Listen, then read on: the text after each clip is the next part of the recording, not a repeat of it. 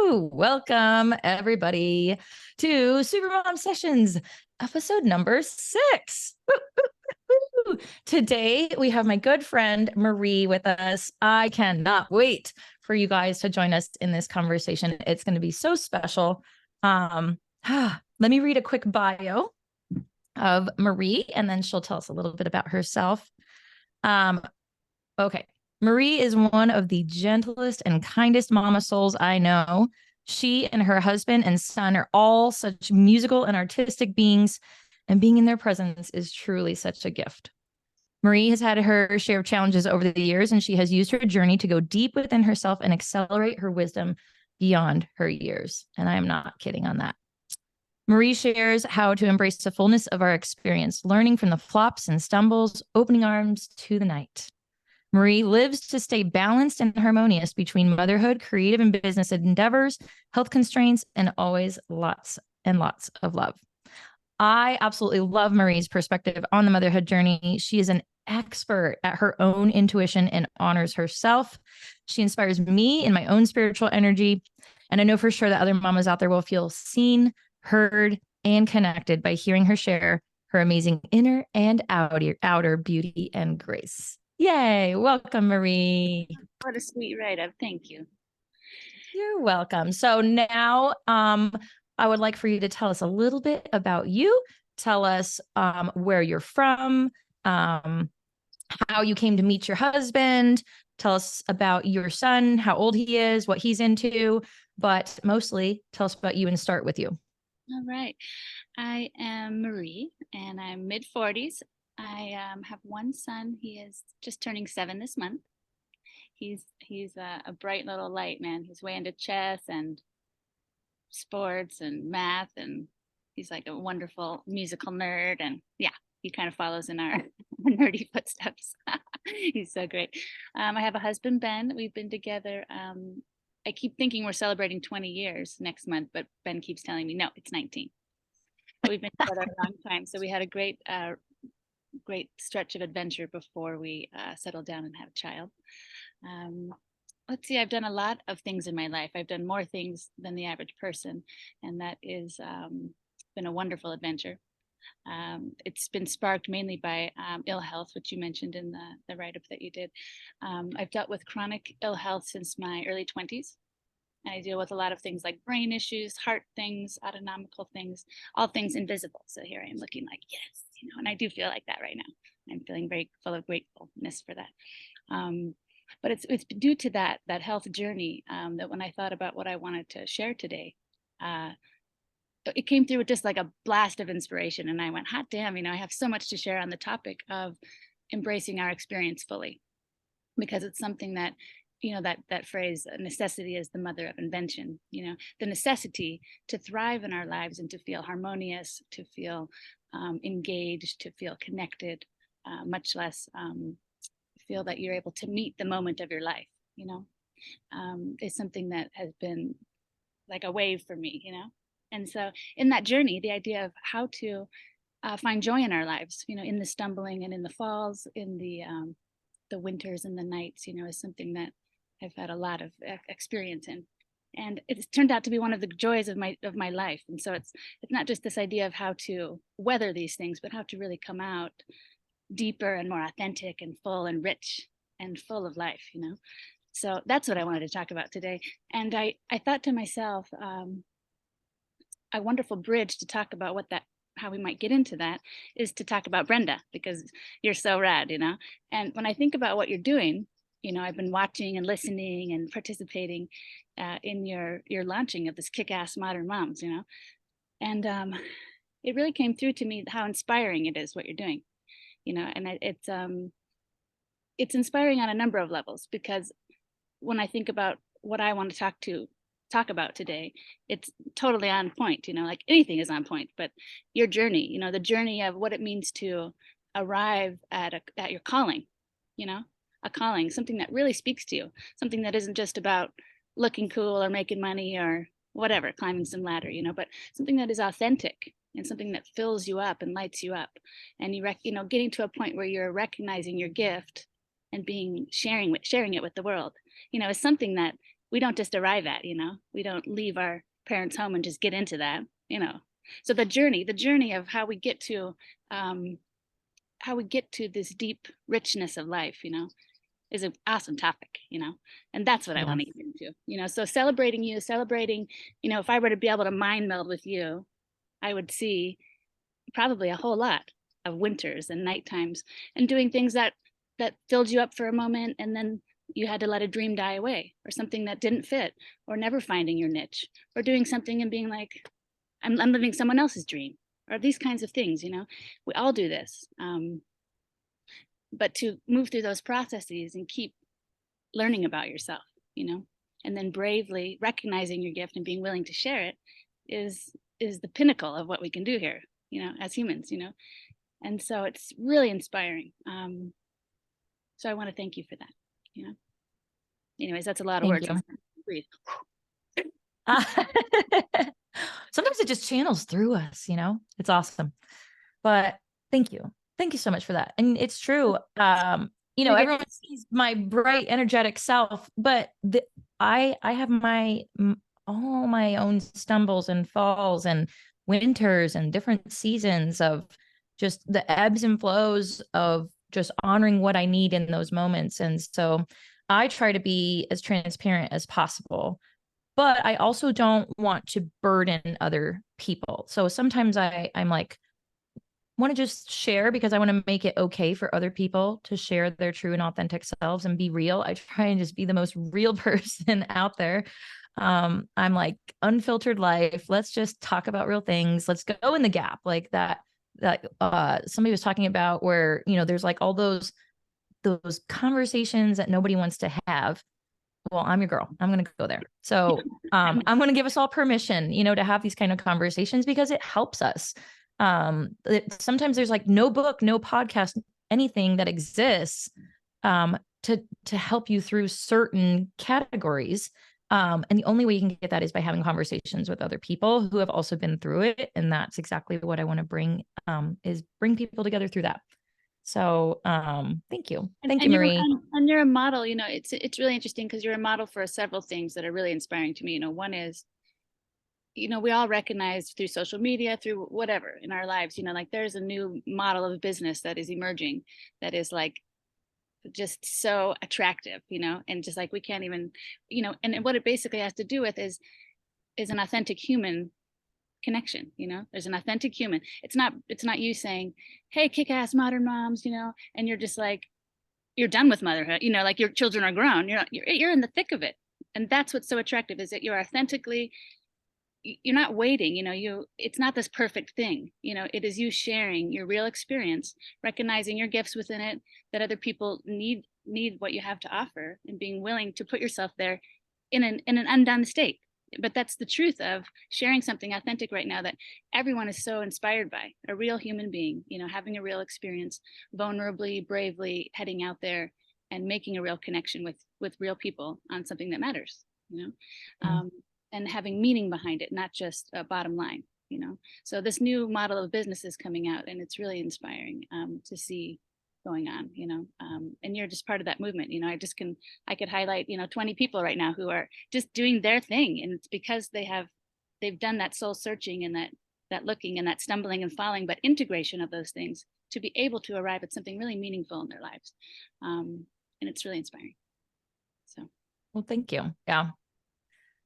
I mean, we're only here for a short time. So everything I can do to just make everybody else's experience that much better with connecting dots for people and connecting people to each other, that's just, I feel like, the thing that lights me up the most.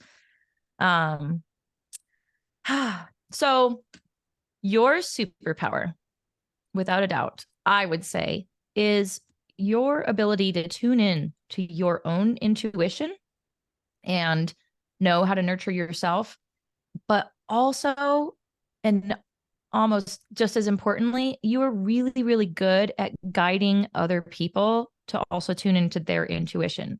Like you're like a guide. I love that so much. And so like every conversation, what's that? I feel like I'm a weaver, I'm always helping people. It's just these natural, we have these natural things that we are, and one thing yes. And I through the most powerful work that I've done in my business world and in my personal world, has to do with me starting to really recognize and honor that, like, oh, I love bringing people together. I love, I love really bringing out the best, helping people find their niches, helping people find their really talk to themselves, find their dream, find their, just really identify for themselves what they're needing in the moment, these kinds of things. It's wonderful, it's a nice thing. So tell me about what are some of the best ways you have learned to tune into your own intuition, like the times you start to not tune into it, how do you get back to it? What is like the ingredients in your recipe, like your systems of self that really gets you back to you? The thing that comes immediately when you say that is, I think nothing feels better to anyone. If it feels good to me, I'm assuming it's just that's the human experience, is that nothing feels better than when we are in harmony. We're in harmony we feel in harmony with ourselves.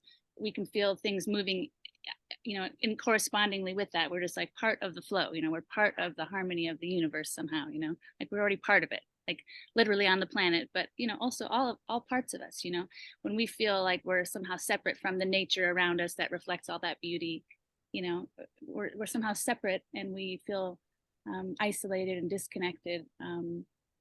Those are some of the hardest feelings in life, so that sense of harmony. So if I am needing to adjust something in my life, adjust a perspective, change a situation, do an action, whatever, it comes in immediately with just a sense of constriction and not feeling harmonious, so that is a universal sign. Simple as it sounds, we often overlook these things, something we don't feel right.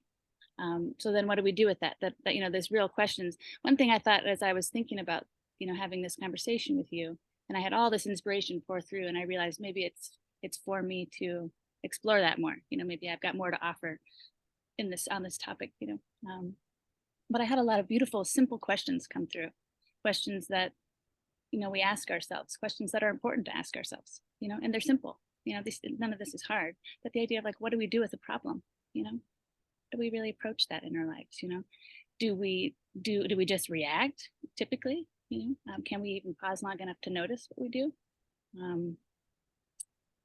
But typically, in a reactive state, I find that and again, I just think whatever I do, other people are doing, with their own details attached to it, but, when I'm not really centered in the moment or present in the moment, something comes up and I will, I just am in a reactive state. I'll either run right into it and get into some self-judgment or, you just run into the beast, run into their arms and, or you ignore it or you run away, you shove it under the thing, we have all these habits that we do, to not address something. But the thing is, like, when things come up in our lives, they're not coming up for no reason, and that's this energy of how to embrace the fullness of our lives is to, I recognize the need, that, like, I was never taught as a child, I don't know this is happening in a lot of households. What do we do with problems? Is there a reason that the planet goes through every single day, half of the time is nighttime? Is there a reason that the planet needs that, the plants need that?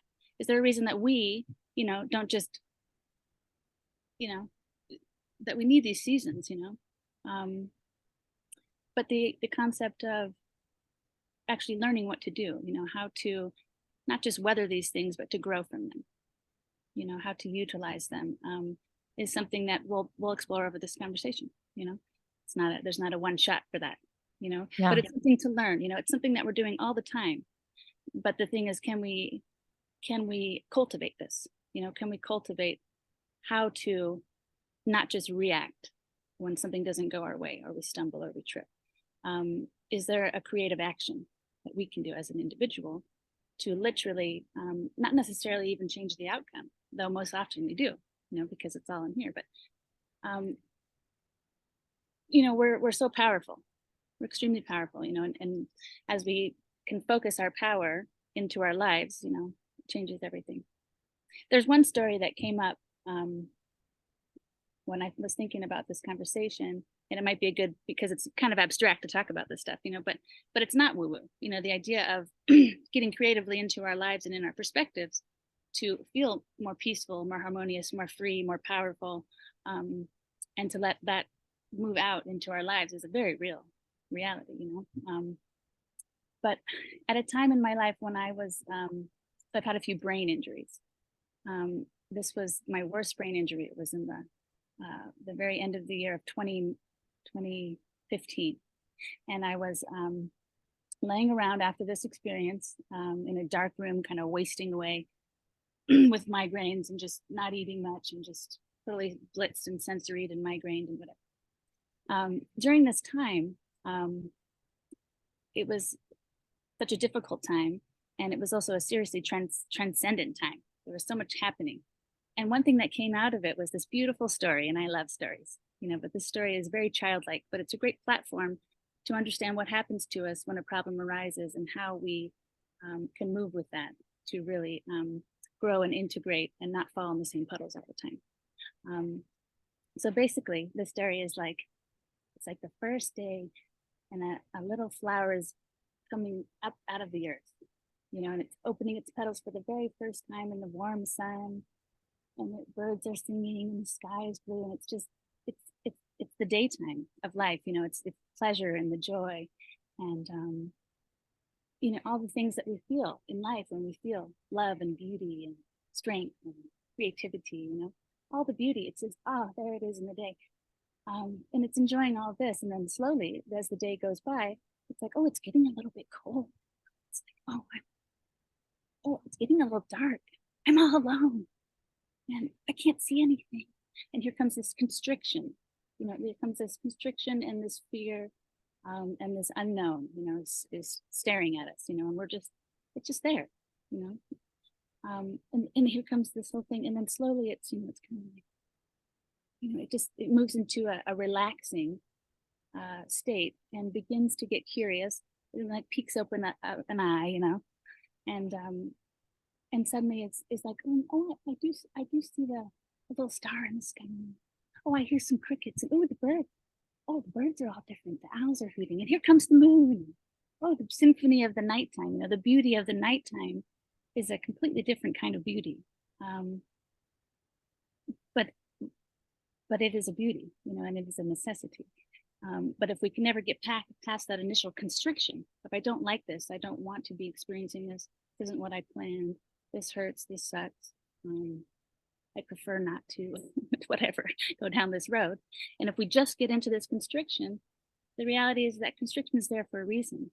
And if we can never get past that, we certainly can't get into the beauty and the gifts of that experience. I could say for myself in my ill health journey, which is decades long, I'm at a place now through cultivating this kind of inner creativity with myself where I barely know what it is anymore. It's like, I know it sucks. It really sucks, and it's the hardest thing that I ever go through in my life, and when those waves come, I just, the whole life falls apart every time, and yet, through having cultivated this work out of necessity, and oftentimes this is what it takes, I recognized it is equal beauty. It has been an equal beauty and a strength to me.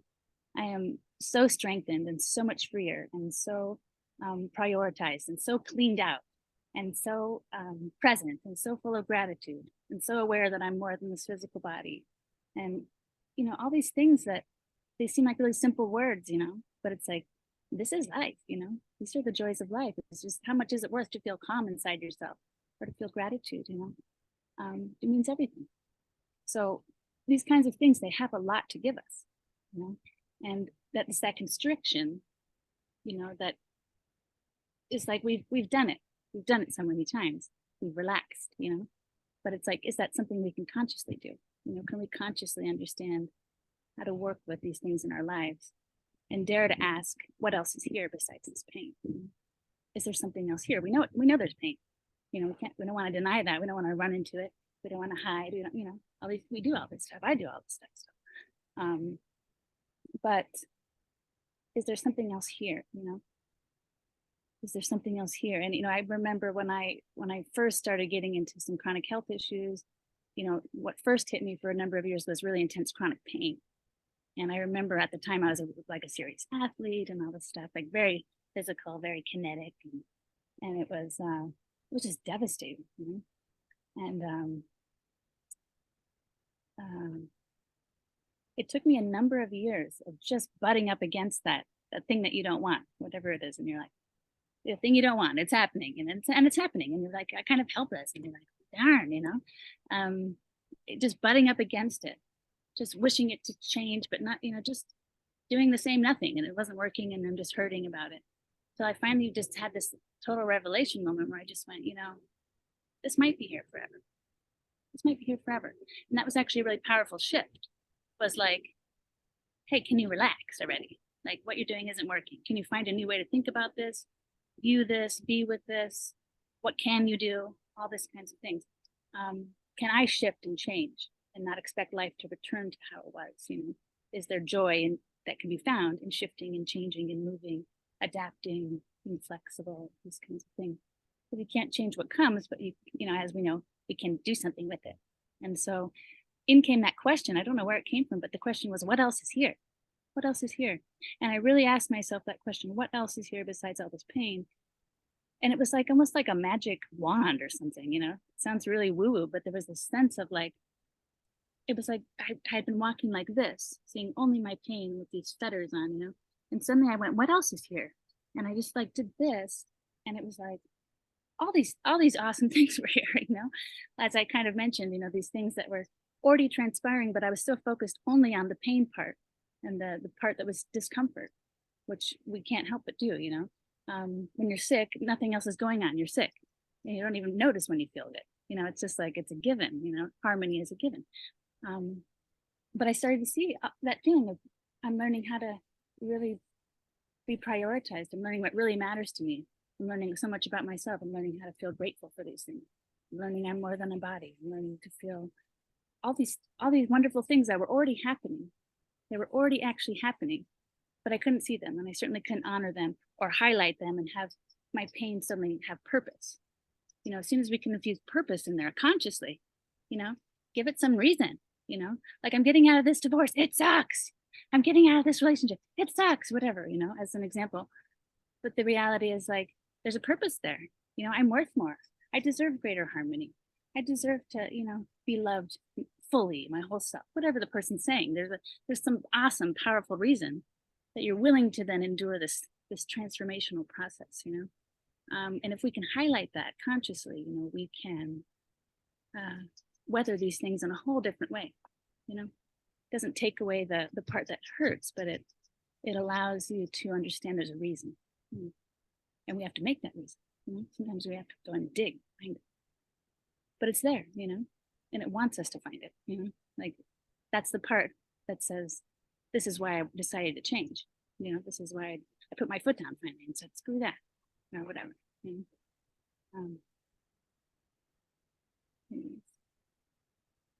I love that. That is beautiful. One of the hardest things for me interviewing you guys is I don't want to be thinking of the next question that I am going to ask. I really just want to take all this in myself and just be reflecting and thinking of, like, I just want to soak it in myself. And so it's hard because then I'm like, oh, wait, back on track. So I really love that. I wrote down a couple things just for myself that really, it's like, we are not separate. We are already harmonious. And just recognizing, like, every time we start feeling separate is we're, that, like you were talking, like at the very beginning, you're talking about how, that's when we start to feel off. But just knowing we're already harmonious, like, we don't have to chase harmony. We don't have to chase balance. We are already, if we just allow it and not feel so separate.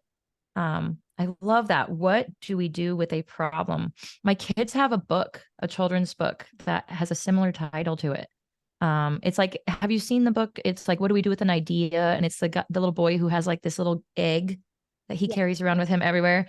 And then there's another one that is from the same author and illustrator, and it's, what do we do with the problem? And yeah. And so I was just thinking about that children's book is such a beautiful, those books are some of my favorite, like, you know how there's some children's books that are just made for adults. They're purely like to teach us It's like through my reading flower to our thing, kids. the kids Yes, it's like, imagery, but yes, it's like this is written for kids, and you're going to read it to your kids, and you get the most out of it really from just reading it with your kids. I really love that. Like how you talked about what else is here besides all this pain.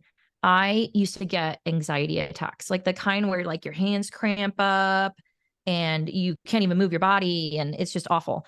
And I hadn't had one for a really long time. And then I had one like 2 years ago out of the blue, like the first one in probably 7 or 8 years or something like that. And it was so weird because I felt kind of like I hadn't even given thought to anxiety attacks in the longest time. And then all of a sudden it just crept up. And I had just come back from kayaking and camping and doing all these things that filled my cup. So I was like, why is this happening? I don't feel like too stressed or too overwhelmed or whatever it was. Um, but I think that sometimes we forget how it surfaces once we finally do pause. And something after that, or it was like right before that anxiety attack, I had watched a video from Teal Swan. If anybody watches her stuff, I love her stuff. And she, look her up online. She's like so intuitive, amazing. She talked about when you have anxiety, like when you're in that moment and you're having an anxiety attack or you feel the anxiety, it's almost like you're fighting the anxiety as if it's this other thing that is not you, right? You're like trying to kick it out, like get out of here. You don't belong here, right? But what we forget is that is us talking to us. And so it's there to tell us something. And so she had this video that was talking about where you can take your anxiety and you think of it as like a wild animal version of yourself. And like, so for me, I feel like mine is like this, like cat, like this leopard, panther, whatever kind of thing. Right. And so it's usually just in the jungle doing its own thing. And it's not part of like my monkey self, my colorful bird, tropical bird, whatever part of my other jungle self. It's just this cat that's like just lurking in this jungle. But whenever it needs to teach me something, this wild creature comes out and it will not rest until we are at peace. That's what she said in this video. And that really struck me, is that it comes to deliver a message, to teach us something. And when you're in an anxiety attack, it's like other people who are around you, the number one thing they just keep saying to you is like, oh, just calm down, just relax, take deep breaths, right? Like they say all the things that your brain is like, okay, listen, buddy, if I could do that, like we wouldn't be here. Like, don't tell me the obvious. Like, it's not like I'm trying, right? Like you like tell the person relax when they're like, yeah. obviously I'm trying You take it already too to personal. relax. Yes. And so it's just funny because then it's instead, it's like you have an anxiety attack and you're like, no, this is my wild animal. Let my wild animal come forward because it will not rest until I'm at peace. And so I remember in this anxiety attack, I had seen this video before. So then I'm in this and I started, and then that just like came up and I was like, oh, my panther's here, my leopard, this creature is here. And it just wanted to prowl around, and it like took me on almost this transcendent journey of my mind. And all the while my body is having this crazy experience, but in my mind, I was on this beautiful journey of just of self, and realizing that that like this is okay. Let this stuff surface because then it's out. And so it's like we fight it and we want to get past it so fast. But we just need to let things run their course. We need to sit, like you're saying, sit in the discomfort, because what else is there? Like, yeah, my hands are cramped up and I feel like I can't breathe. And it like almost like makes me like the exorcist, like my body starts contorting. But what else is there? This beautiful journey happening in my mind. Like my body and my mind can separate for that moment and let one of them do what it needs to do while my body is just like, boop, we're gonna press the pause button over here and let you go on this. And so that is something I feel like you're like, when anybody who's out there who has anxiety, who has depression, who suffers from illness, who has chronic pain or any of these issues, um, we sometimes want to just fight it like as if it's this foreign thing, but it is also us. And so when we fight that, we're fighting ourselves. And so just recognizing like this is me, and me is trying to teach me, and just sitting in it. And like you're saying, like, what else is here? Yes, there's pain. Yes, there's discomfort. Yes, there's these things that I don't want to feel, but what are those other things that I am actually tapping into? It's so beautiful.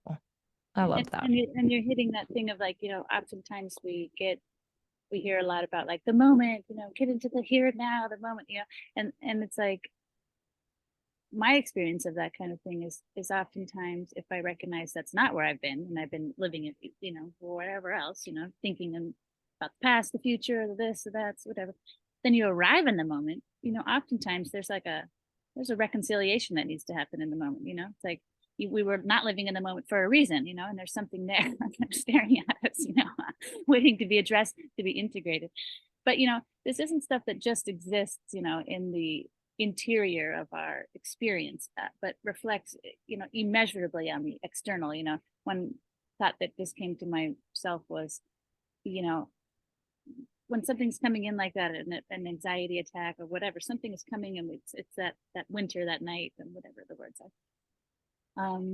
It's feedback. It's feedback for us, for our life, for our living, for our attention, for our dreams, for how we've changed, for how it's time to shed something or take a brave step towards something. It's feedback about something not resonating with us now in this moment. That maybe it did yesterday, maybe it did 5 years ago, and it's time to be done with thinking about ourselves that way or whatever it is. But it relates all in the business world and all that too. I mean, I remember a moment when I was that person, you're calling up to complain about getting your order and this or that, whatever. And then they talk with someone and they're like, yeah, I need to talk to your manager, I've been that person, yeah, but you can't do anything for me.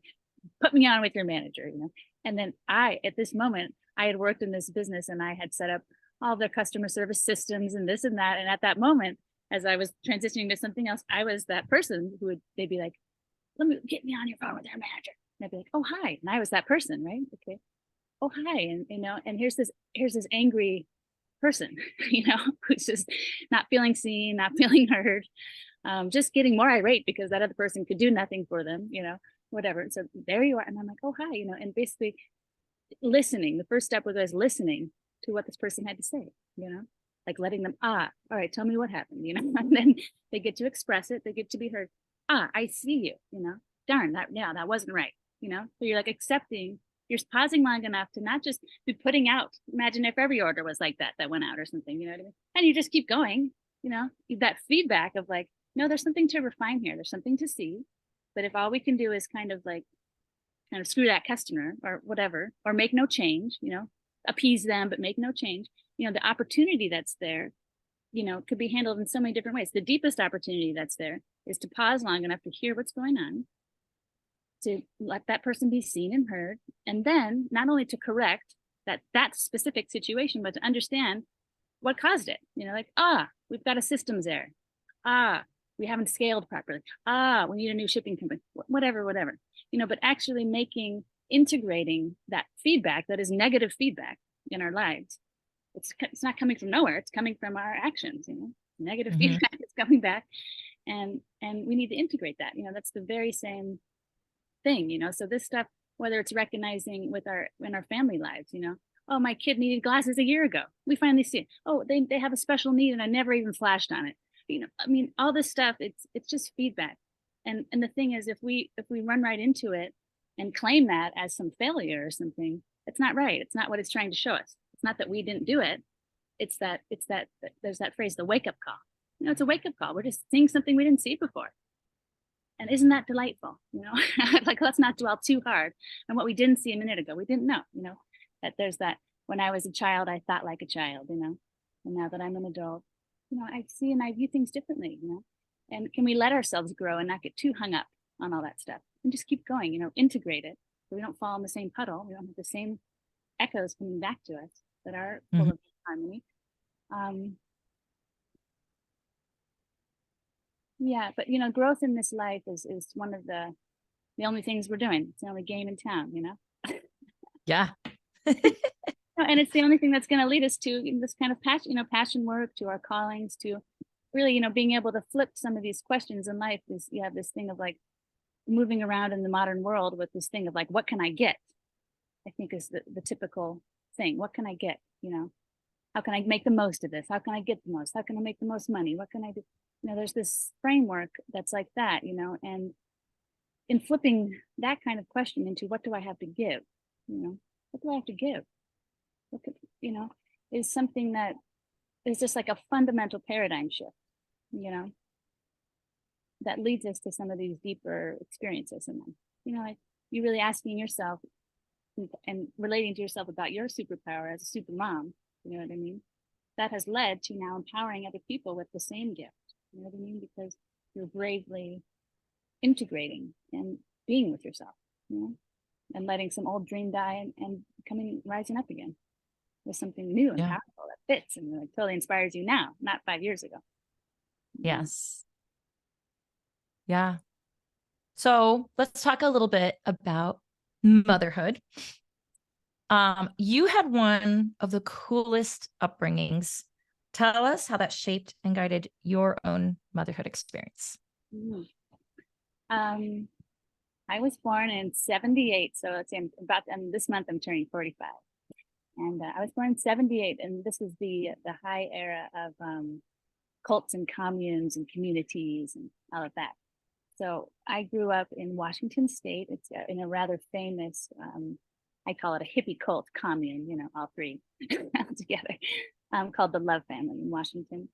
And at the peak of it, it was maybe 350 or more people who lived there, self-sustaining on the land with a lake and all this stuff. No one touching money.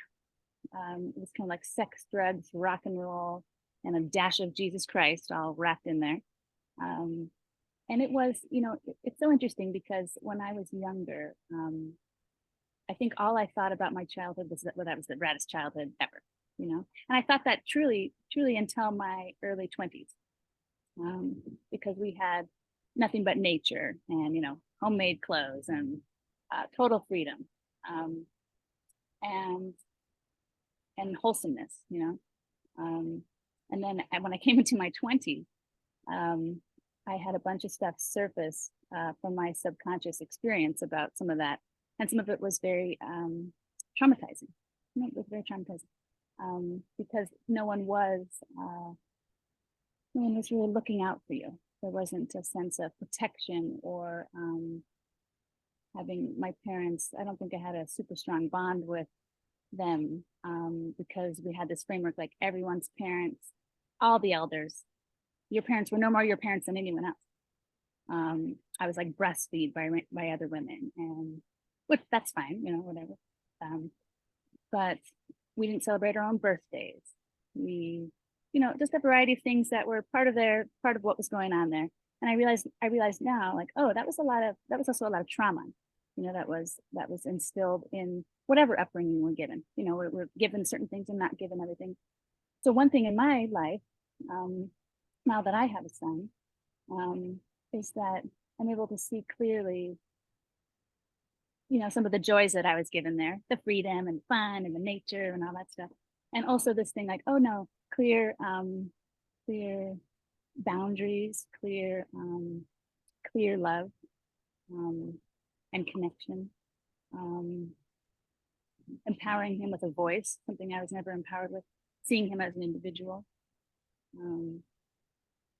So my experience is unique, and yet this idea of taking what you were given and always, of course, trying to then improve, is what generations after generations are doing in all things, so. I love that. And you truly do take such an interest in what he's interested in and recognizing his own individual talents and skills. And I remember being at your house, like when he was young and seeing all his artwork on the wall and him practicing his letters and all these things. And you walk through this one part of your house, like the hallway, and it was just like the gallery of him and his individualness. And I was so inspired by that, that now we have our hallway. That's the gallery. The kids, they get to showcase whatever it is that they're into, their drawings, their writings, their, photos of them, anything. And it's not this curated, like framed portrait version. It's like from my one son for a while, he was so proud of himself. He would get at school these little, like, they would have like red light, yellow light, green light to let them know their behavior. And so at the end of the week, every kid who stayed on green light all week would get this little certificate saying, I stayed on green all week. For whatever reason, that was really important to him. And so we had all of these lined up, all these green light certificates lined up all across the hallway until recently, because that was something that really mattered to him. And so people was like, what is all this? There's 13 of these little green papers all over this. Like, what is that for? And I said, ask Cole. Like, he'll tell you about it. It's his thing. So I love that perspective, where it was like the sense of collaboration, that then you took pieces of that, but then also now realizing how important the individual is. And so I think that's so beautiful. And you guys, your husband, your son, you guys have just like, you're like a family band, like a unit, like I love it. You guys are like this, like, yeah, like you're this little team. It's so cool to see. Incredible. I think we go, so being with my husband this long period of time, and going through such intense health challenges, that can last for very long periods of time. It's just fascinating, the depth. Again, it's the same thing. It's the same topic, the topic of, we know these things. We know that getting through something in your relationship, whether it's your partner, your work, or whatever, getting through something and to the other side with, an authentic voice and your honesty and this kind of thing, is such a strengthening thing, but I can think, well, my husband and I have been through so freaking much, you know what I mean? And that feeling of integrating it, to that point where it's really important in my life not to feel a residue of,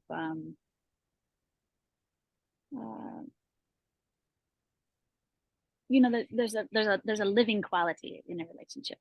Guess what I mean? And so we either are renewing that freshness, and that willingness to let the other person change and grow, and to hold the relationship at the hub, and allow ourselves to grow and change, which is really similar to what you do with that idea of what do you do with the problem? When I answer that for myself, what do you do with the problem? My first answer to myself is get bigger than the problem. You need to be bigger than the problem. You can't be the same state of consciousness that made the problem. You have to get bigger. You have to, one of the tools that I use in that idea of the problem is I use some really power-packed kind of living tools. One of my favorite ones, and I hear you talk about your jaguar in the jungle, and this imagery. We're all working with our imagery all the time, and it's so powerful. So I have a few power-packed experiences that I've had, or images that I've cultivated, like such as the flower coming out. Like how many times do I use that and deepen that in my life? But another one that I'll use it with a problem is like, as soon as I feel a sense of constriction, so there's that like, ooh, there's the flower, there's whatever's happening. I don't want it. I don't like it. Feels tight, feels constricting. It's a warning sign, to wake up a little bit and look around. I'll immediately, in my imagery, one of my favorite tools is to like, I'll suddenly like almost like see myself from another point of view. So there I'll be like interacting with someone. I'll have it be this imagery, like I'm in this field. There I am having a row with someone else, like, and the vibrations are just like, whether there's someone else involved or not. And then I will immediately though, let that stay there. And I'll just start running. I'll start running in my imagery. I'm like running through the jungle. And then I see that like there's this cliff, and I just go leaping. I leap off the cliff and I get picked up by this huge bird, and then suddenly here's the issue down here. There's the camera. Here's the issue. All like, And then suddenly I'm up here, and I can see everything. So I've gotten bigger than the problem. I paused. I noticed constriction. I paused. I get bigger than the problem. I use a tool, a visual tool. I use whatever. I have lots of tools. And now I'm up here. Now I can see everything clearly. I can see, how did I arrive there? I can see my path through the field. I could see where what other energy came from, how we met, what happened. I could see the whole landscape of possibilities of what I might do, all these things. So, a solid walk around the table, is maybe another term. That's such a weird one. You have a problem, you walk around the table, you get all your points of view on the same thing. And suddenly you're able to see, go from that feeling of the fetters to a much larger, broader perspective, and you can make much more clear decisions in our lives and responses. Yes. I've learned, being an entrepreneur wife has taught me so much, because so many times I'm feeling hunky dory, but then all of a sudden there's a monkey wrench in the business. And so then that is like, boom, okay, like I'm also in this, what do we do with the problem mode? And it's not necessarily even my problem, but I have to give support, but I also have to give a different perspective. And so I'm already zoomed out, which is such a unique way to help somebody else approach it, right? Like you're in it, but you're not. I've also learned is that there's a problem, and without fail, the following week is always different. And even if it's a 2-week long problem, the following month is always different. And so I have now learned, I've mentioned before how much I love using the app Rev on my phone. It's a voice recording, like voice memo app where you just leave yourself recordings. And I will just go anytime I'm like facing obstacles and those problems, I will go in Rev and I will just kind of like outline, this is what's happening. And then I immediately like have myself zoom out. And while it's like, they're like pep talks I give to myself, and I'll zoom out and be like, I'm going to check back in 1 week, because I think a week from now, this is what this is going to look like.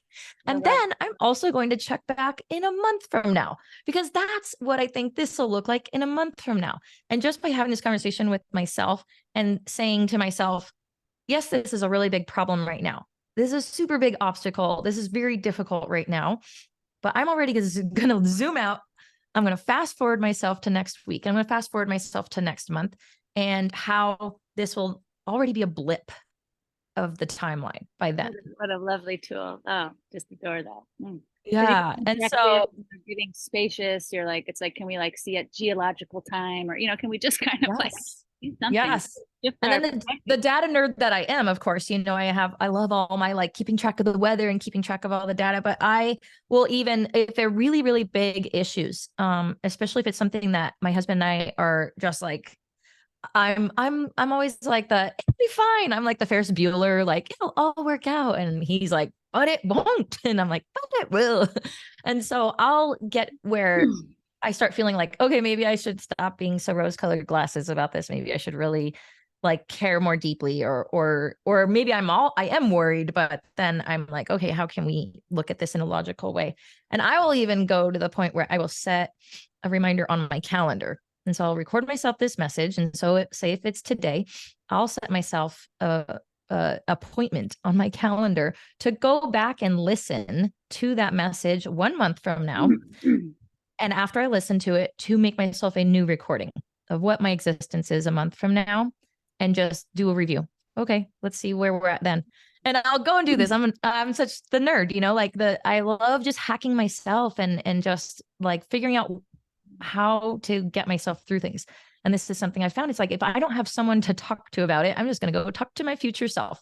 And so and there's no one better. Go back and listen to it, and then leave a new recording. And I'll go in my garage after my kids are in bed. I go in my car, in my garage where it's nice and quiet, and I can talk to myself, and I leave myself recordings all the time. I love that, and it brings me, there's so many tools for how to integrate, because we're talking about problems, we're talking about the larger experience of human life, which is like half sunny and great and half the things we prefer not, and we need examples of what to do with this stuff. We need to be examples of what to do with this stuff.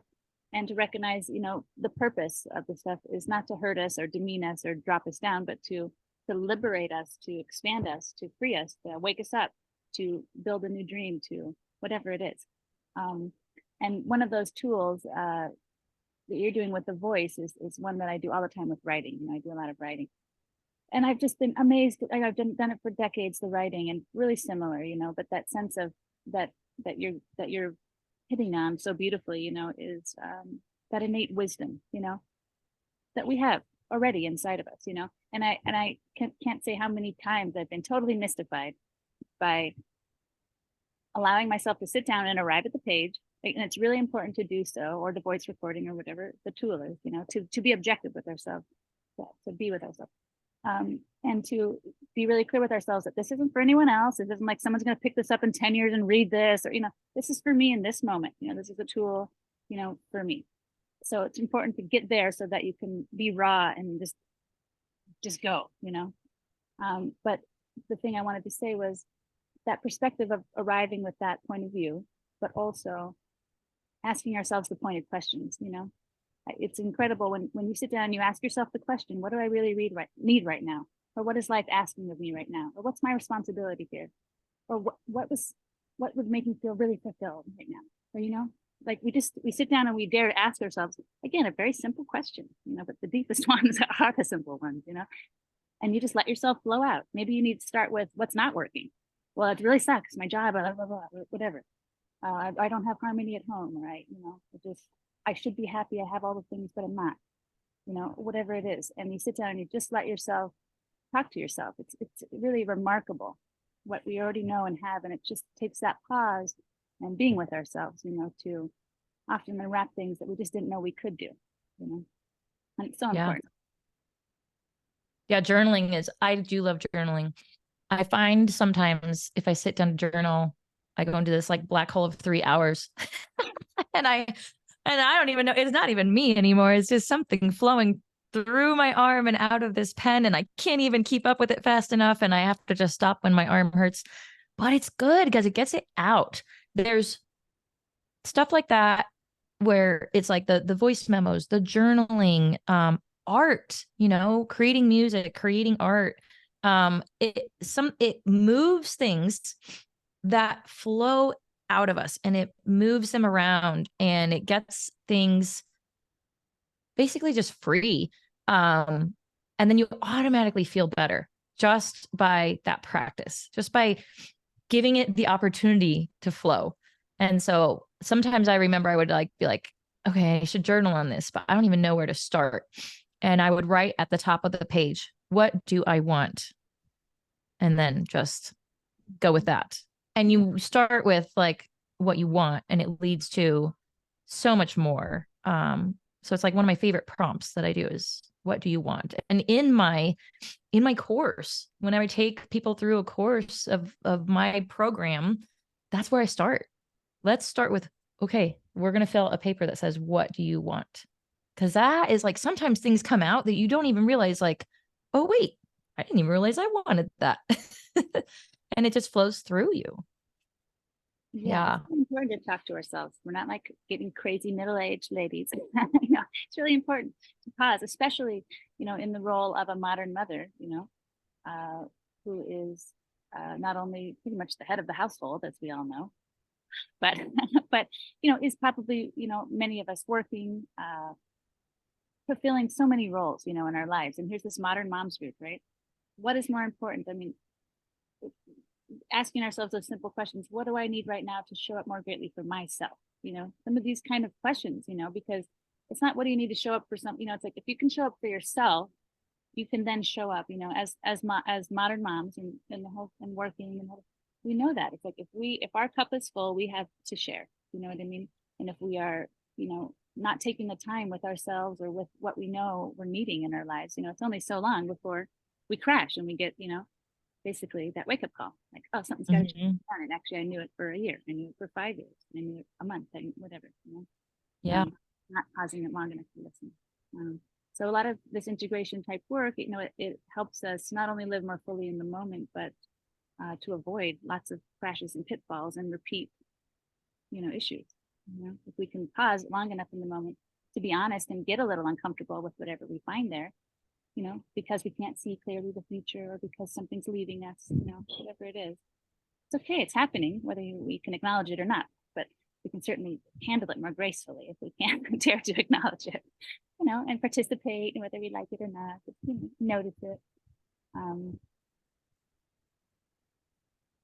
Yeah. So you are amazing at creative pursuits. And so I know that you've had some of the most amazing gardens, and you got your art and your music, and you've done your like dance, yoga, and all these different things.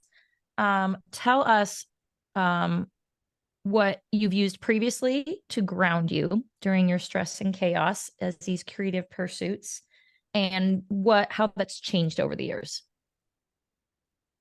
Oh, I have to ground myself, huh? You know, nothing works as good for me as nature. You know, nature is the consummate. You know, there's been times in my ill health time, like for most of Corona, I didn't drive barely at all, things like that. You know, like I'll just have like certain limitations, and so it was really difficult for me to get out into a true nature. You know, like I would see no house, I see no person, I see no like planted thing. You know, just the pure harmony of it all. You know, I think when we get out in nature, it's so easy for us to forget, like, oh, we're literally part of nature, you know. We come from the earth just like everything else. And so I think being in those settings for me is so fantastic because, you know, just getting lost in the, you know, the bark of a tree, or, you know, it's incredible because not only are you super present in that moment, you know, but you're letting things, it's like how people say sleep on it, you know, or something like that. You know, you're not pushing.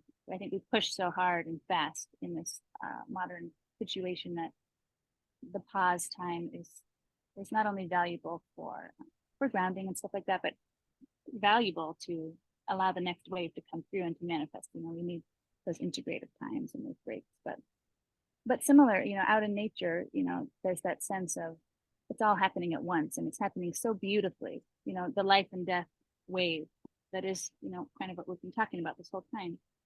It's one thing, you know, like we're constantly dying to our old selves and our old lives and our old dreams and and we're constantly being born, you know.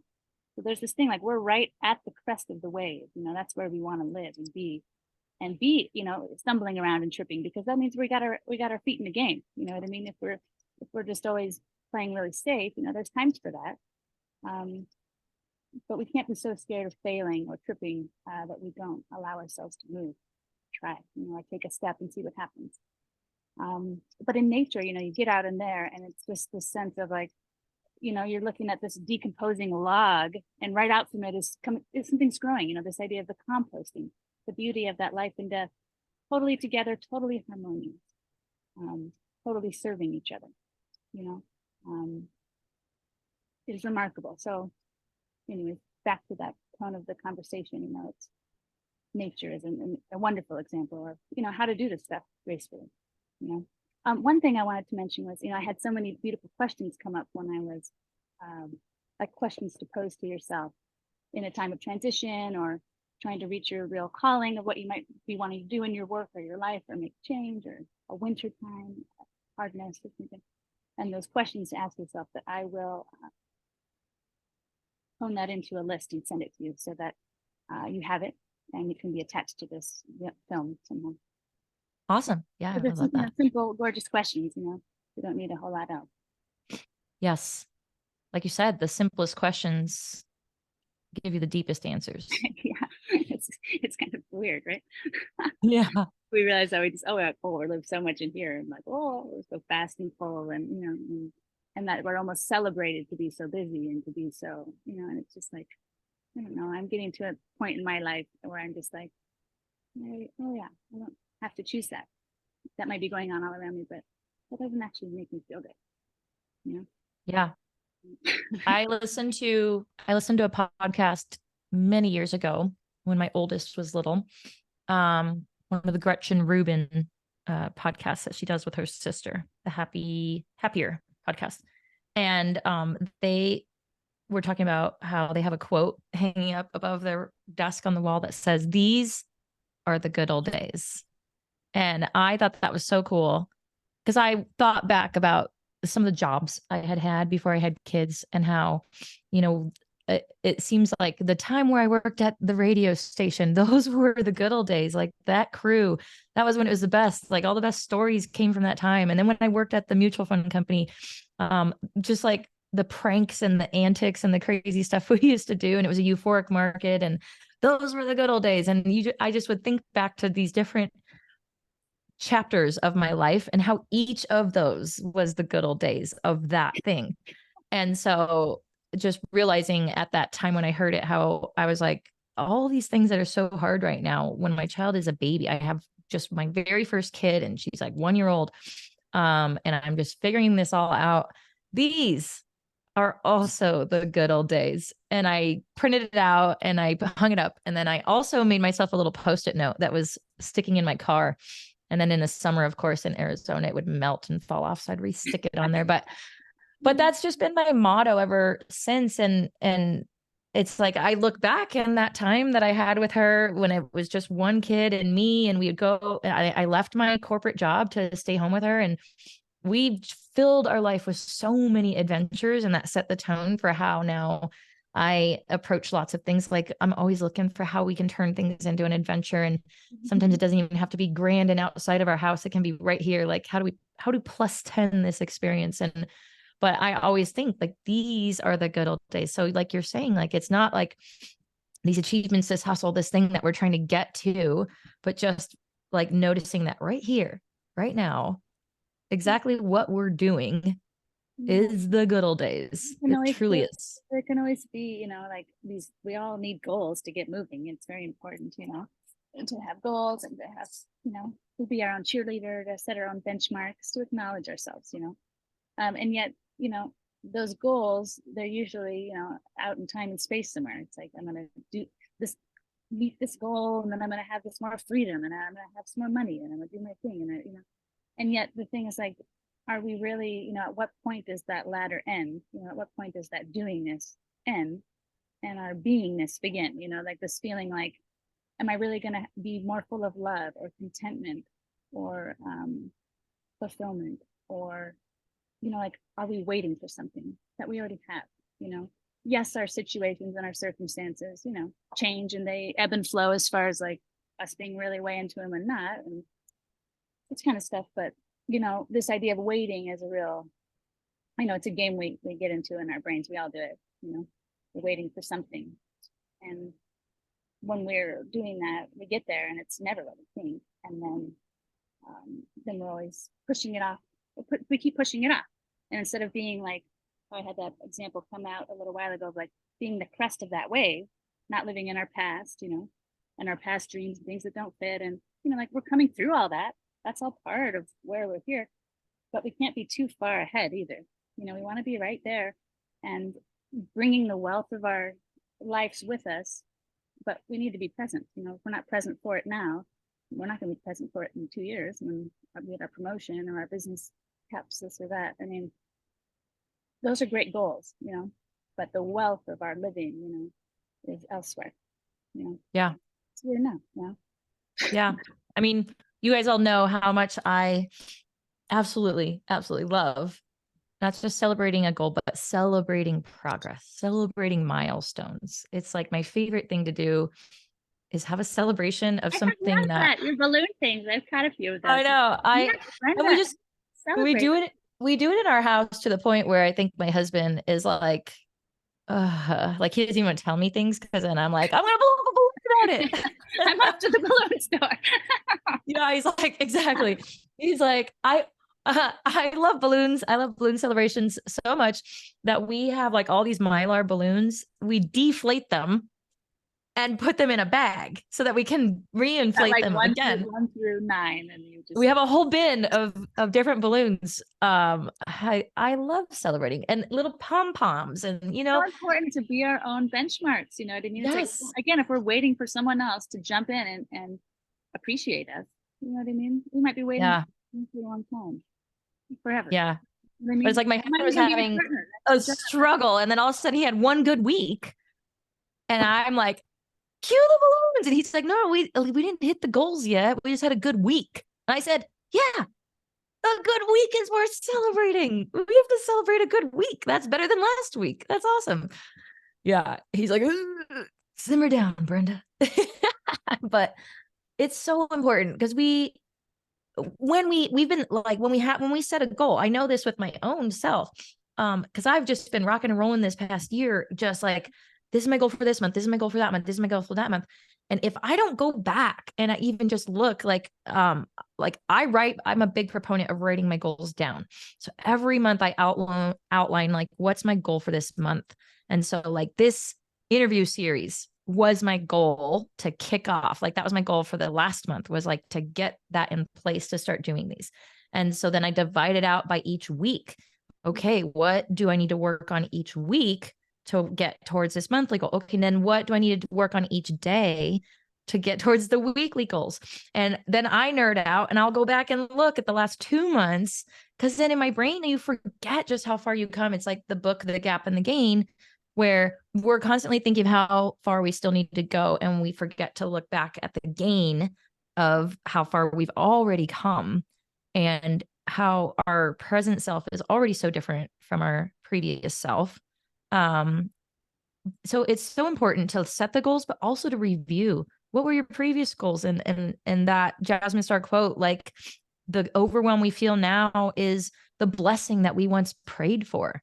And we sometimes forget that. Yeah. Oh, so great, Brenda. Yeah. That's living at that crest of the wave. It's, you can't keep putting it off, like like that feeling of, what am I waiting for? Am I really waiting for greater health in my life? Am I waiting for, like what am I waiting for? I'm waiting for myself. I'm waiting for myself to show up with a new and empowered point of view. I go, that's what I'm waiting for, or creative point of view, or just like slipping around with just slightly different angle of perspective, and our whole world shifts. It's like we do our living in here first, our whole, how we relate to ourselves, what our dreams are, what all this is the heart of it, man, whatever it is, and then thus from there, all of our creation. So man, we make a little shift in here. It's just, man, it's huge, incredible. But like you said, we have to pause long enough, Yeah. What has been one of the best pieces of parenting advice that you've ever gotten, and who gave it to you?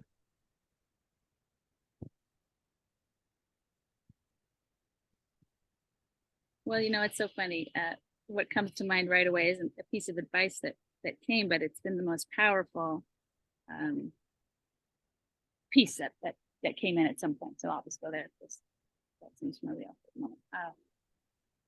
I remember, so Ben and I didn't have Bronson, and we weren't expecting to have Bronson. We were happy being adults, being artists, this whole thing.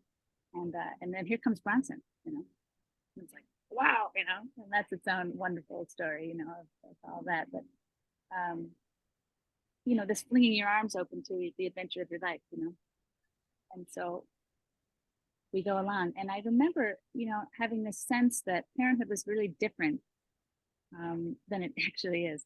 The sense that I had about parenting was that you were somehow supposed to be like aware of your child's next step and be like placing a step there, be like supporting something, like, now it's time to do this, and here comes the sounds of here comes this, here comes the potty train, and there's a loose awareness of what needs to happen, but my sense was that as a parent, you were in a role that is much different than what it is to be a real parent.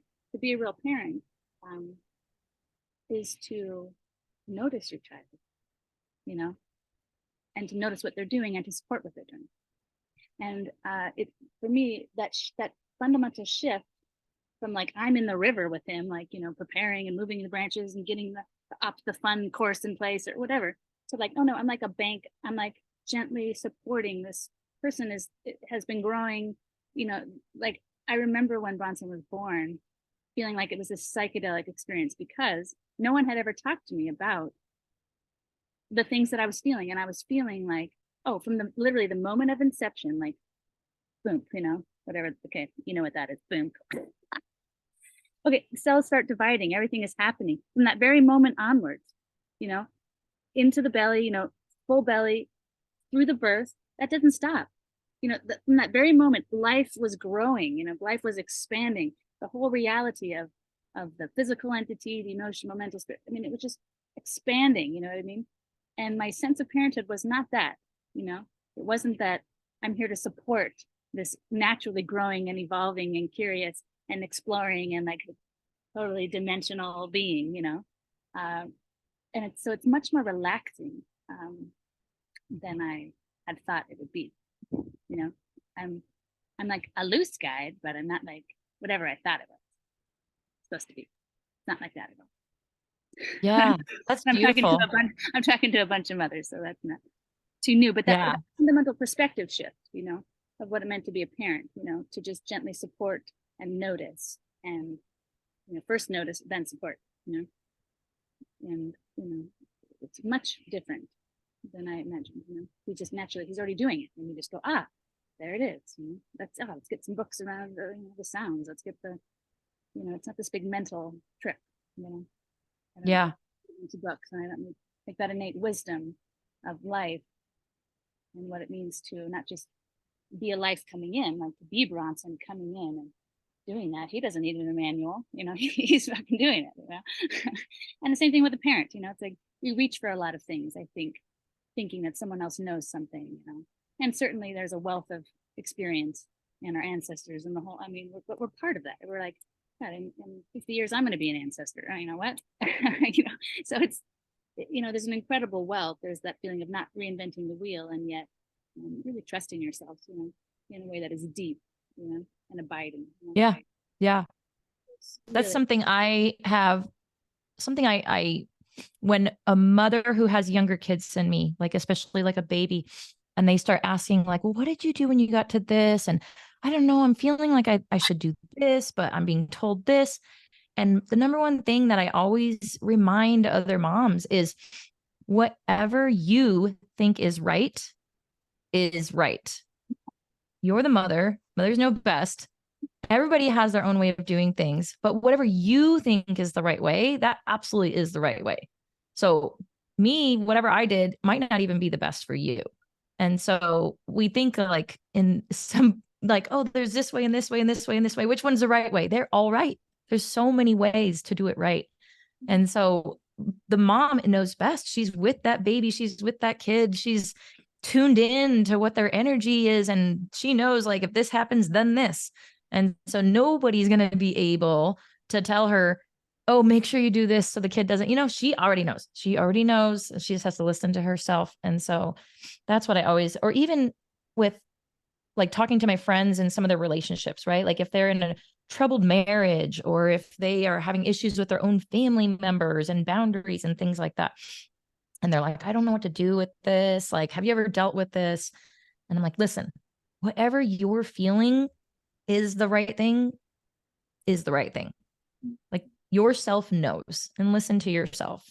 Often I think that we don't feel like there's these aha moments of things feeling clear. You know what I mean? Like, make a left, reverse, like we get clear signals. But there's so much of life where there's just some shade of gray, and we're not sure what direction to take. We're not sure what would make us more fulfilled, or what would, or whatever. Yeah. It's like you go looking for your wedding dress, you go looking for a new house, whatever. And people are like, oh, when you'll know. And I like some people that is the case, but for some people it's more just like uncovering more and more clues, and you gradually feel more okay with something. Not willing. It's not like this, ta-da, now you know. Yeah. Absolutely. And the sense of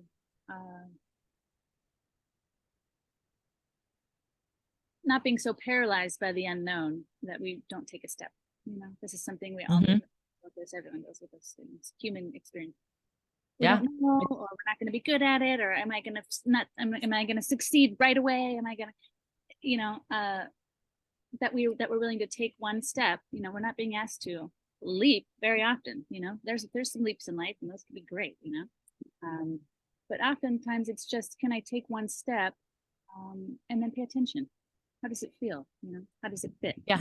Is it enticing another step?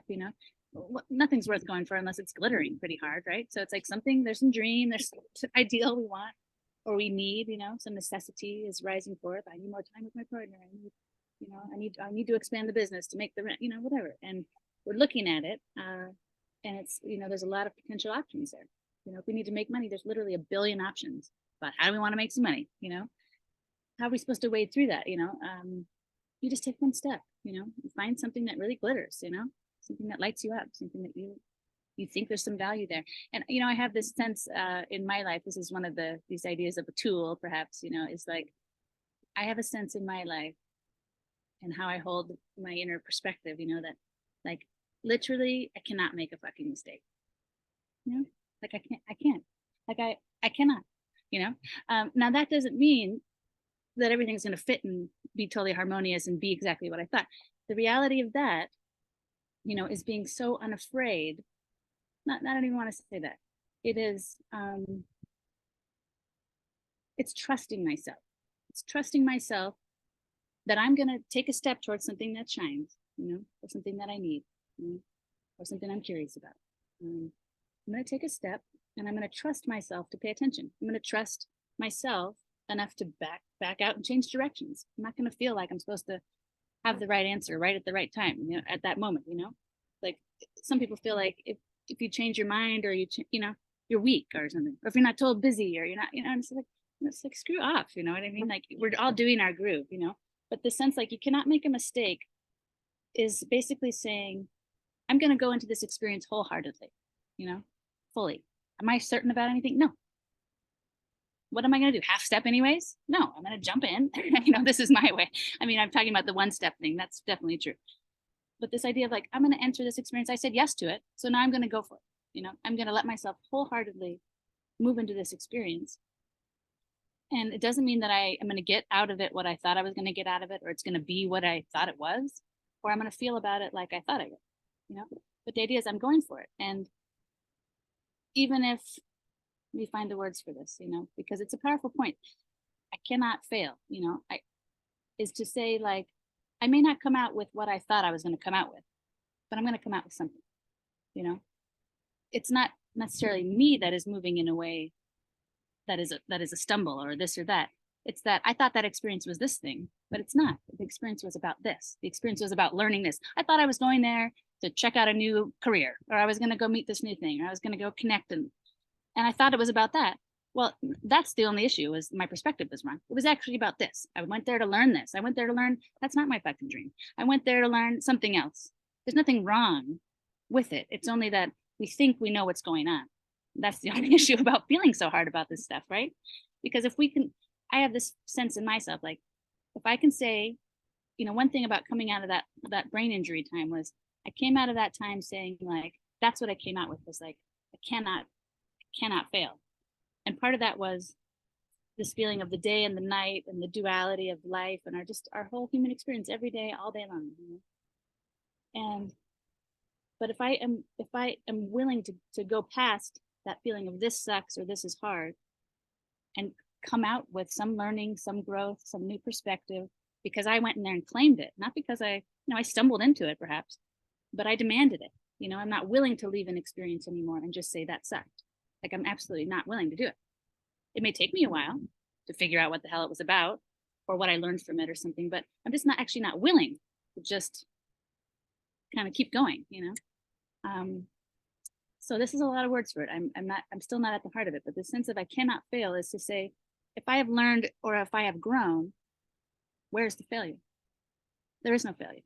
You know what I mean? It's simply not the experience I thought it was, And that perspective is really powerful in my life because it allows me to feel brave. It allows me to feel trusting of myself that I can head into uncharted territory. And because I'm present enough with myself and pausing enough, I'm going to come out with something good and I'm going to demand it, by just in some loving way, it's not like, but just, I'm going to make good on the experience. I trust myself, come out with something. And thus I can't fail because I learned something, It's a wonderful perspective. It makes me feel very brave, like I can do anything. I'm not scared of the night. I'm not scared of the day. I'm not scared of anything. It's okay. Yeah. Yeah. I always tell my kids, we're either going to win or we're going to learn. Yeah. Yeah, examples of how to do this. You know, this is, I had one really powerful, life-changing, I didn't realize it was going to be an iconic experience in my life because I had good health at the time. I was a late teenager, very healthy. And I came home from some traveling and whatever, and I was back at my parents' homestead. You know, I was in my own little spot or whatever, but I was there. I'm totally uncertain about the next moment of life. My dad ended up getting cancer, really intensive cancer. Um, they went in, he had a thing, they went in and they hit a nerve, they paralyzed half his face, he got all this radiation, this whole thing. It's very like woesies kind of moment, right? And what I recognized was I had the most close time I've ever had with him before, during, or after was that time with him. So I happened to be home, I had nothing going on, just like, you know, and we did all these things we've never done. You know, when I grew up, he was a really hard man. And this experience completely transformed him. And so we ended up doing some yoga and some breathing and lots of great talking. And we took walks in the sun and all this stuff we had never done before. And we just had this wonderful time together. But that wasn't what stuck with me. What stuck with me was he, like, we were doing things we'd never done before. But meanwhile, in the inner chambers of his self, he was doing, I consider it alchemy work, you know? He was taking this hard moment of life, you know, that is obviously one of the hardest moments, you know, that person had encountered to that time, and was creatively working with it. And he came out of that experience because he was willing to not just say this sucked, which it obviously did and transformed his whole life, you know, but that's the a certain level of his life, his real life, his real living, his real self. It was the greatest blessing he ever had in his life. He walked out of that experience softened, reprioritized, cleaned out from all the garbage, full of love, just a totally different human being, a better human being, like hands down. And he did, and I was there right next to him doing things that were cool and nice, but it was that I was bearing witness to something invisible that this human being was doing, that he was consciously doing, that he was creatively doing. And you know, it took me a few years later, I started having seizures and this and that, and my health began to be bad. But I realized that seeing that example was not an example I had had in my life before. I hadn't had a true example of someone taking a hard time, whatever that means. You lose your job, your house burns down, whatever it is, and doing that inner alchemy work, you know, coming out with something, finding the gift in there. You know what I mean? Did he create the gift? Unknown. I mean, this is ethereal, mysterious stuff. You know what I mean? But he consciously and creatively went into his own self and allowed it to do its magic. He didn't just say this self. He moved past that constriction and started peeping around, you know, and became something that could bloom at night, you know, and fully, and for himself, not for someone else, you know, not for whatever, you know, but really and truly transformed. And I had that example, and it was a life-changing example, and one that I draw upon, you know, still. It's one of those images, those power-packed images, you know, of it. But we, you know, we need examples, and we need to be examples. What to do with this stuff, you know, whether it's just a little hassle on the road or this or that. You know, we're dealing with the stuff we'd rather not deal with all the freaking time. You know what I mean? I've got a splinter, right? Well, I mean, it's endless, you know. But it's just, what are we going to do with that? That's half of life, you know, and we need to model it in our families. We need to model it in our jobs, you know. We need to model it at the community at large, you know, and especially in our homes, you know, there's this sense, and business. I mean, the idea of what to do with a problem. It's a really powerful question. You know, can you learn from it? Can you refine your systems? Can you crack open? Can you let it do its, does it have some magic to give you? You know? But if we just stay in a reactive state, we never get there. We never find the gift that was actually waiting for us. And then we repeat the shit. You know, you probably don't have a bleep button, but I. We'll put the little E code on this one. Rated PG-13. Anyways, but the example thing, you know, it's just really powerful. And if we can offer that to our children, you know, it's tremendous, you know, it's tremendous. because it's that Yeah. feeling brave to go into the uncharted territory, or that say yes to the unknown adventure, or all these things, because we can trust ourselves to make good on it, trust ourselves to come out with something. We're cultivating a process. It's not like we're born with this or we're not born with this. This is an active, creative principle. This is something we cultivate. Yeah. And what a beautiful example of like that your father showed you that it's okay to change at any point in your life. And like you mentioned, it's okay for us to change our mind and then change it back and then change it again. We don't have to just make a decision and feel like we're stuck with that. We could just explore it for a while and then say, never mind, and change our mind. So yeah, it's so funny because my kids will say like, Mom, I thought you didn't like this. I'm like, I'm going to try and like it now. Okay. You know what? You're right. I don't like it. Oh no, I do like it now. And so it's like, I'm always changing too. And it's okay to change, and it's okay to change right in front of the people we love too. And it's important, a lot of times we hide away whatever it is you're struggling with, like I think about, like, say, since it's been the example, I could have many examples, but my health or something, like the idea that we're supposed to be perfect parents or something like that, that phrase, mom knows best, you said that. And I love that when you said that in the context of that moment, Mm-hmm.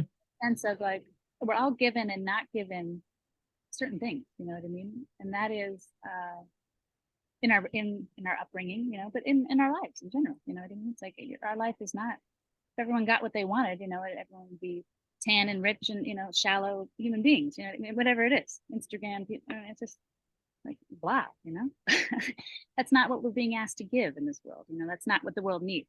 The world needs our authentic self to show up, and needs us to ask that question instead of what can I get. The question of what do I really have to get.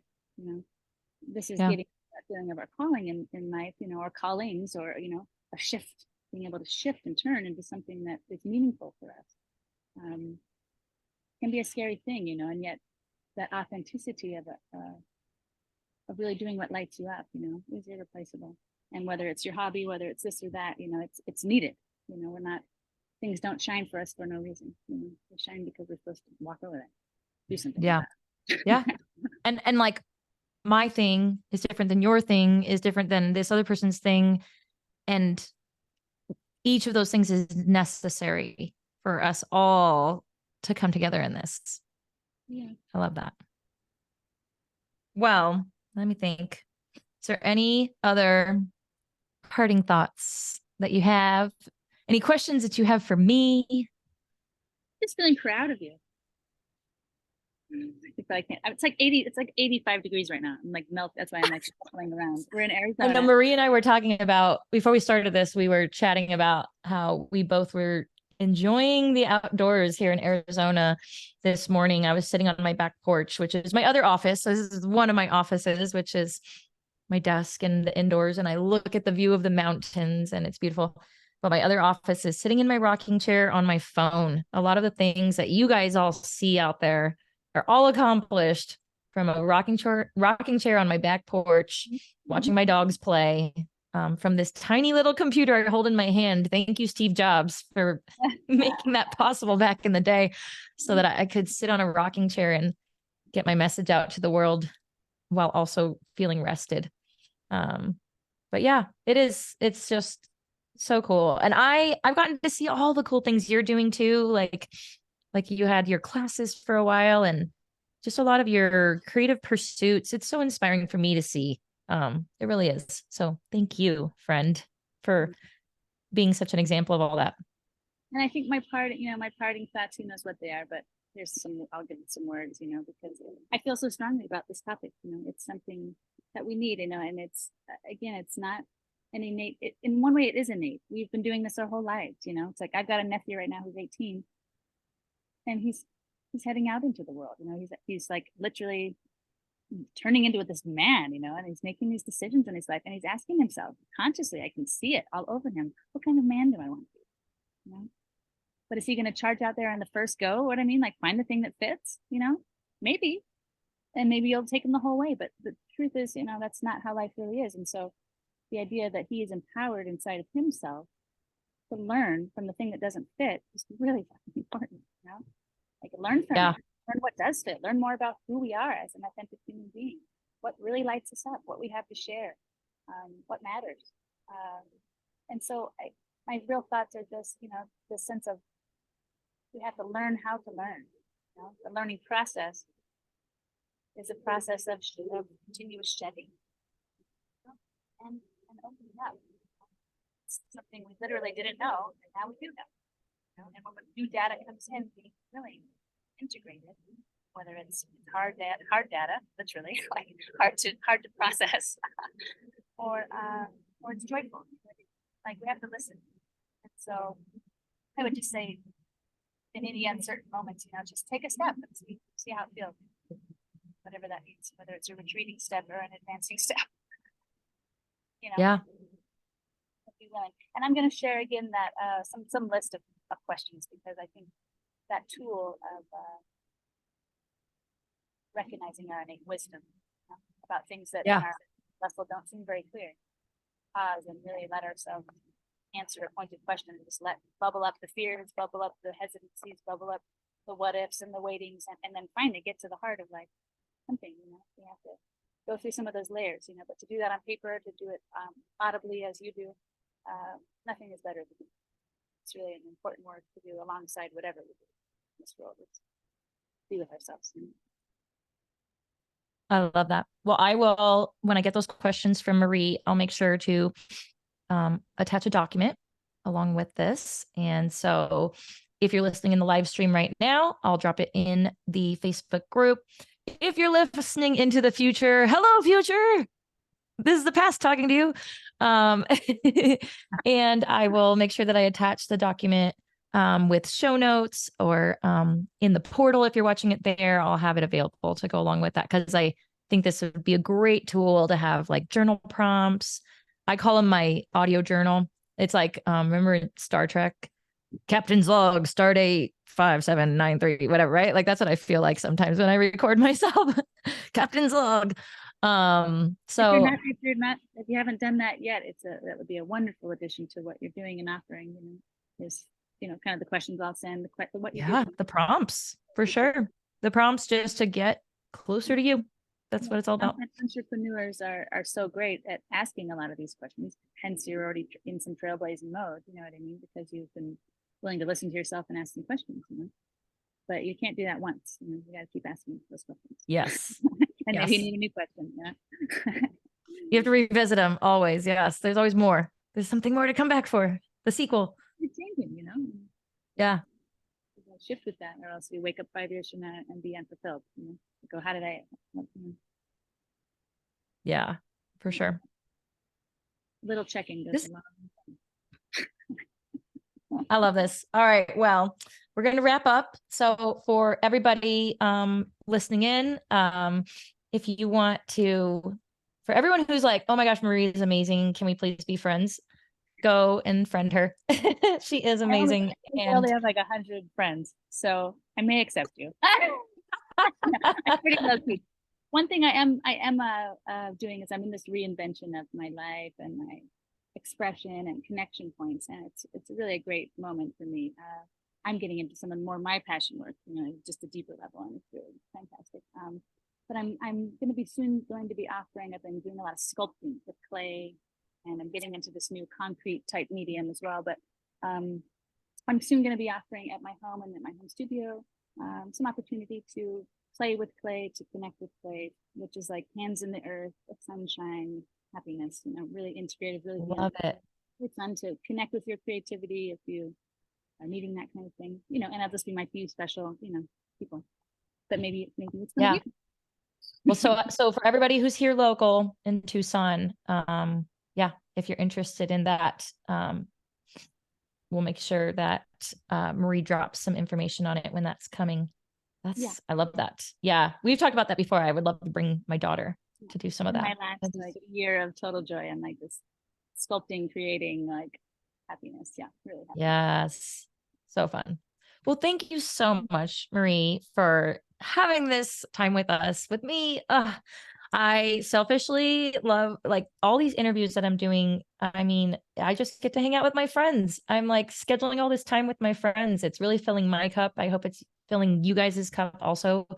I hope that there's so many gold nuggets that everybody out there can take from this and use in your own lives and feel seen, feel heard, feel connected to the other moms out there, not feel so separate, feel that harmony. So thank you so much, Marie, for doing this with us. Yay. All right. Until next time, everybody, have an awesome, awesome day. Bye-bye.